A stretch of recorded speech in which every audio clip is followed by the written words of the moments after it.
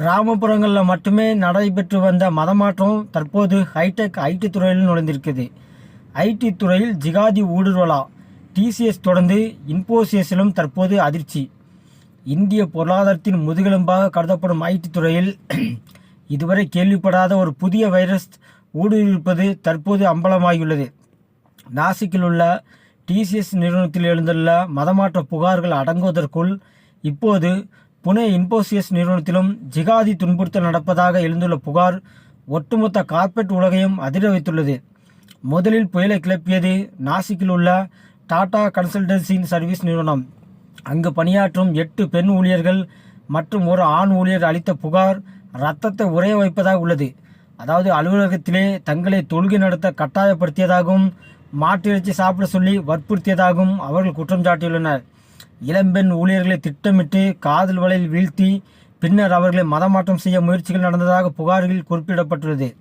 இந்த மொத்த விவகாரத்தையும் பின்னணியில் இருந்து இயக்கியது நிதா கான் என்ற பெண்மணிதான். இவர்தான் அந்த டாடா கன்சல்டன்சி ஹெச்ஆராக இருக்கிறார் என மகாராஷ்டிரா போலீசாரின் சிறப்பு புலனாய்வு குழு அதிரடியாக கண்டுபிடித்துள்ளது. தனது நிறுவனத்தின் பெயருக்கு களங்கம் விளைவிக்கும் இந்த செயலை கண்டு டாடா சன்ஸ் தலைவர் எஸ் சந்திரசேகரன் மிகுந்த வேதனை அடைந்துள்ளார்.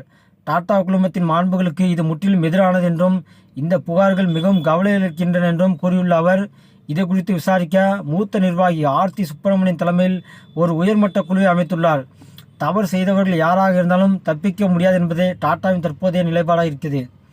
டிசிஎஸ் விவகாரம் பற்றி எழுந்து கொண்டிருக்கும் போதே அடுத்த குண்டு புனே இன்போசிஸ் பக்கத்திலிருந்து வந்துள்ளது. அதாவது எக்ஸ் தளத்தில் ஒரு பயனார் மகாராஷ்டிரா துணை முதலமைச்சர் தேவேந்திர பட்னாவிஸ் மற்றும் அமைச்சர் நிதேஷ் ராணே ஆகியோரை டேக் செய்து ஒரு பதிவை போட்டார். அதில், சார், புனே இன்போசிஸ் குறிப்பாக டாம்லர் திட்டத்தில் பணிபுரியும் பெண்களுக்கு ஜிகாதிகளால் கடும் துன்புறுத்தல் நடப்பதாக புகார்கள் வருகின்றன. தயவு செய்து இதை பாருங்கள் என்று பதிவு இருக்கிறது. அதில் மகாராஷ்டிரா அரசியலில் நறுக்கென பேசக்கூடிய அமைச்சர் தான் நிதேஷ் ராணே அந்த புகாரை உடனே கையில் எடுத்துக்கொண்டார். கவனத்தில் கொள்ளப்பட்டது என அவர் ஒற்றை விரலில் பதிலளித்தார். அந்த துறை ஊழியர்களுக்கு ஒரு நம்பிக்கையை தந்துள்ளது. தேவைப்பட்டால் கூடுதல் ஆதாரங்களை வழங்கவும் புகார்தாரர்கள் தயாராக உள்ளனர். இது வெறும் ட்விட்டர் புகாராக மட்டுமில்லாமல் அரசு ரீதியிலான விசாரணையாக மாறப்போவது உறுதி. சிறப்பு புலனாய்வு குழுவின் உயர்மட்ட விசாரணையில் சில திடுக்கிடும் தகவல் கிடைத்துள்ளன. பொதுவாக கிராமங்களில் மட்டுமே நடப்பதாக கூறப்படும் மதமாற்ற உத்திகள் இப்போது ஹைடெக் ஐடி நிறுவனங்களுக்குள் ஊடுருவியுள்ளது அதிகாரிகளை அதிர்ச்சியடை வைத்துள்ளது.